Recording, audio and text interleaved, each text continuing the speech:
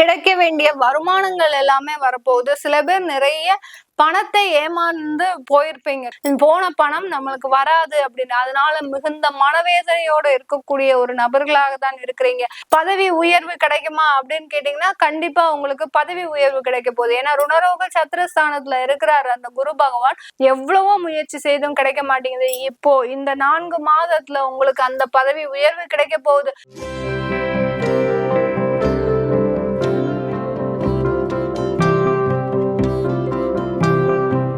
வணக்கம் நேர்களே, நான் உங்கள் ஆஸ்ட்ரோ பூர்ணா, எண்கணித ஜோதிடம் மற்றும் ஆன்மீக பரிகார ஆராய்ச்சியாளர்.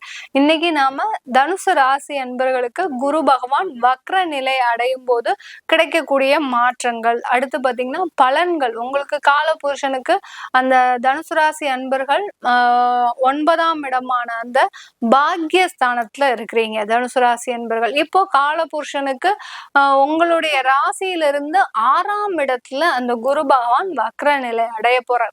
அப்படி இருக்கும்போது என்ன மாதிரியான ஒரு பலன்கள் உங்களுக்கு கிடைக்க போகுதுன்றதுதான் நம்ம இந்த பதிவுல தெளிவா பார்க்க போறோம். அதற்கு முன்னாடி நீங்க இந்த சேனல்ல முதன்முறையா பார்த்துட்டு இருக்கிறீங்க, சப்ஸ்கிரைப் பண்ணிக்கோங்க முதல்ல. அடுத்து பெல் பட்டன்ல ஆல் ஆப்ஷன் சூஸ் பண்ணீங்கன்னா உங்களுக்கு என்னுடைய அடுத்தடுத்த பதிவுகள் நோட்டிபிகேஷனா வந்துட்டு இருக்கும்.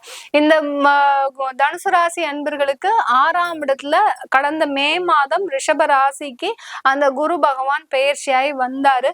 இப்போ எப்போ வக்ர நிலை அடைய போறாரு அப்படின்னு பார்த்தோம்னா அக்டோபர் மாதம் 9ஆம் தேதி குரு வக்ர நிலை அடைகிறாரு. குரு 9ஆம் தேதி அக்டோபர் மாதம் பாத்தீங்கன்னா காலை பகல் பொழுது 11:46 இந்த வக்ர நிலையை அடைய போறார்.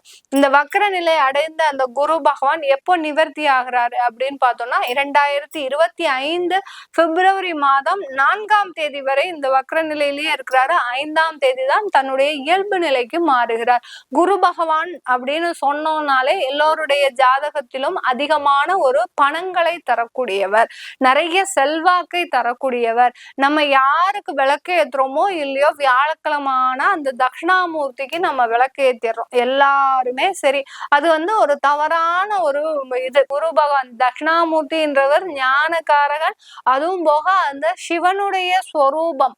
இங்க இருக்கிற குருவாகப்பட்டவர் நவகிரகங்களில் இருக்கக்கூடிய அந்த குரு. உங்களுக்கு குரு சாபம் இருக்கு, குரு தோஷம் இருக்கு அப்படின்னா நீங்க வியாழக்கிழமை போயிட்டு உங்களுடைய அந்த நவகிரகத்துல இருக்கக்கூடிய அந்த குருவுக்கு நீங்க அந்த குருனுடைய எங்க விளக்கு ஏத்த சொல்றாங்களோ அந்த இடத்துல போய் விளக்கு ஏத்தணும். யாருமே இந்த குரு வக்ர நிலை அடையும் போது தயவு செய்து சொல்றேன், யாருமே இதை செய்யவே கூடாது. எதை செய்யக்கூடாது?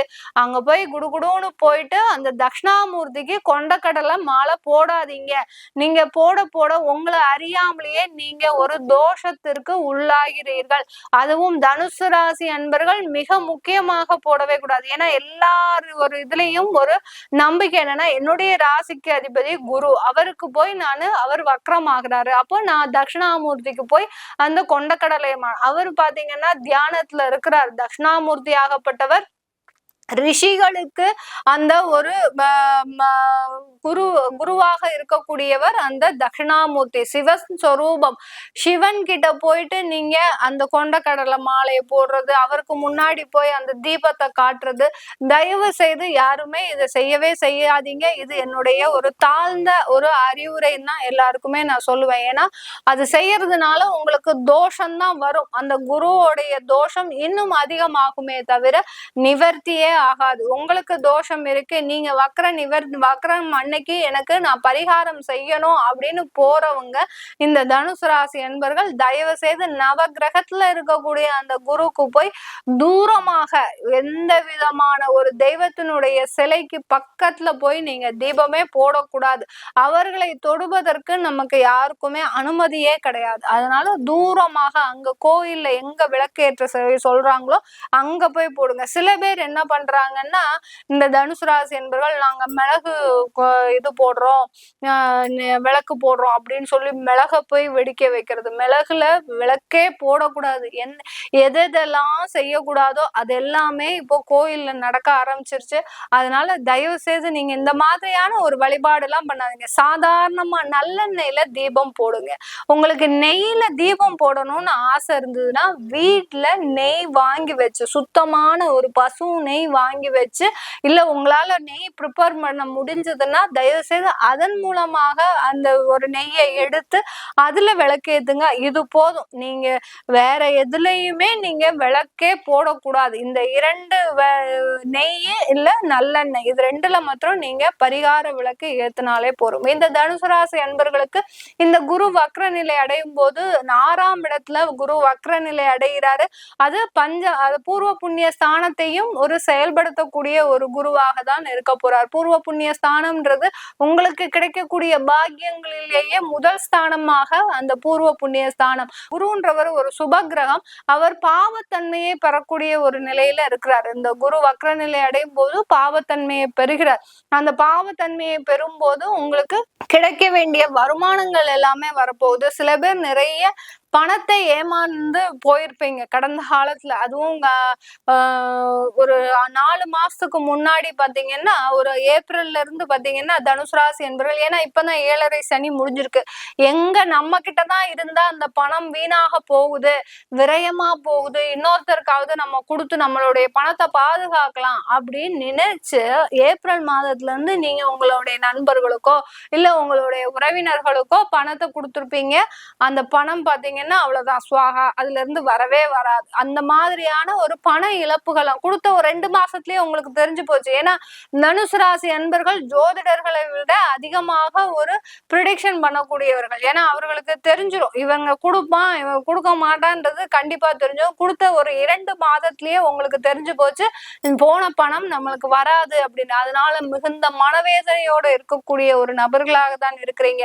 இழந்த பணம் திரும்ப வருவதற்கு உண்டான ஒரு சாதகமான ஒரு நேரம் இந்த 4 மாதத்துல இந்த தனுசு ராசி என்பர்களுக்கு. பதவி உயர்வு கிடைக்குமா அப்படின்னு கேட்டீங்கன்னா கண்டிப்பா உங்களுக்கு பதவி உயர்வு கிடைக்க போகுது. ஏன்னா ருணரோக சத்ருஸ்தானத்துல இருக்கிறார் அந்த குரு பகவான். வக்ர நிலை அடையும் போது இது நாள் வரைக்கும் தடைப்பட்ட அந்த ப்ரமோஷன்ஸ் எல்லாமே, அரசாங்க உத்தியோகத்துல இருக்கக்கூடியவர்களுக்கு அந்த ப்ரமோஷன் தடைப்பட்டுக்கிட்டே இருக்குது. சில பேர் பெரிய பெரிய இன்கம் டாக்ஸ் டிபார்ட்மெண்ட்ல எல்லாம் இருப்பீங்க, பெரிய பெரிய நிர்வாகத்துல இருக்கக்கூடிய IAS IPS அந்த மாதிரியான ஒரு அலுவலகத்துல வேலை பார்க்கக்கூடிய ஒரு அதிகாரிகளாக இருப்பீங்க. உங்களுக்கு தேவையான அந்த ஒரு பதவி உயர்வு உங்களுக்கு கிடைக்கவே மாட்டேங்குதுங்க. நீங்களும் ஒரு 1.5 வருஷமாக ஏற்பாடு பண்ணிட்டு இருக்கிறீங்க, எவ்வளவோ முயற்சி செய்தும் கிடைக்க மாட்டேங்குது. இப்போ இந்த 4 மாதத்துல உங்களுக்கு அந்த பதவி உயர்வு கிடைக்க போகுது. வருமானம் அதிகரிக்கக்கூடிய ஒரு நேரமாக இருக்க போகுது இந்த தனுசு ராசி என்பர்களுக்கு. இழந்த பணம் மீட்டெடுப்பதற்கு உண்டான ஒரு நேரம். தொழில்ல நிறைய ஒரு இழப்புகளை சந்திச்சிருப்பீங்க கடந்த 4 மாதத்துல. அது எல்லாமே சரியாகக்கூடிய ஒரு நேரமாக தான் இருக்க போது இந்த தனுசு ராசி என்பர்களுக்கு. நிறைய பேர் வீடு கட்டுறதுல கடந்த மாதத்துல அது என்ன சொல்றது விரயத்தை சந்திச்சிருப்பீங்க. வீடு கட்டணும்னு சொல்லி ஒரு பில்டரை ரெடி பண்ணி எல்லாம் பண்ணது, அது என்னது முதலை வாய்க்குள்ள போன உணவு மாதிரி தான். அந்த வீட்டுக்குள்ள போன பணம் உங்களுக்கு வீடாக எழும்பல, வெறும் அந்த நிலமாகவே இருக்கு. இன்னும் அவங்க பணம் கேட்டுக்கிட்டே இருக்கிறாங்க. அந்த மாதிரியா இருக்கு. இந்த மாதிரி எல்லாம் ஒரு ஏமாற்றத்தை சந்திச்சிருப்பீங்க. இப்போ நீங்க அதற்குண்டான ஒரு முழு வாய்ப்புகள், உங்களுக்கு வருமானம் அதிகரிப்பதற்கு, ஒரு சொந்தமா சொத்துக்கள் வாங்குவதற்கு, இதுக்கெல்லாம் உண்டான ஒரு சாதகமான ஒரு அமைப்பாக தான் இந்த தனுசு ராசி அன்பர்களுக்கு இந்த காலகட்டம் ஒரு முழுமையான ஒரு நல்ல பலன்களை கொடுக்கக்கூடிய ஒரு நேரமாக இருக்க போகுது. இந்த தனுசு ராசி அன்பர்கள் பெண்களாக இருக்கிறீங்கன்னா நீங்க உங்களுடைய வேலையில மிக அதிகமான ஒரு கவனத்தினால அதிகமான பதவி உயர்வு, வருமானம் எல்லாத்தையுமே அடையக்கூடிய ஒரு நேரம். எவ்வளவுக்கு எவ்வளவு ஒரு பொறுமையோட வேலை பார்த்துருக்கீங்க. தனுசு ராசி அன்பர்கள் இருக்கக்கூடிய அந்த பெண்கள் பாத்தீங்கன்னா பூமி தாய் மாதிரி ஒரு பொறுமையோட இருக்கிறீங்க.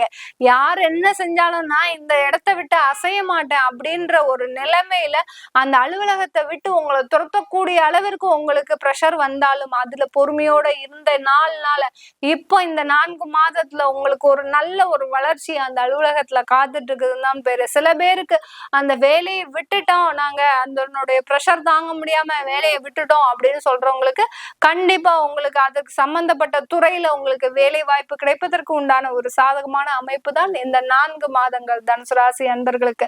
வெளிநாட்டுல இருக்கக்கூடிய தனுசு ராசி அன்பர்களுக்கு இந்த 4 மாதங்கள் நல்ல வளர்ச்சி. வெளிநாட்டுல இருக்கக்கூடியவர்கள் எல்லா ராசி அன்பர்களுக்குமே இந்த குரு வக்ரம் பாத்தீங்கன்னா நல்ல வளர்ச்சியை தரக்கூடிய ஒரு நேரமாக இருக்கு.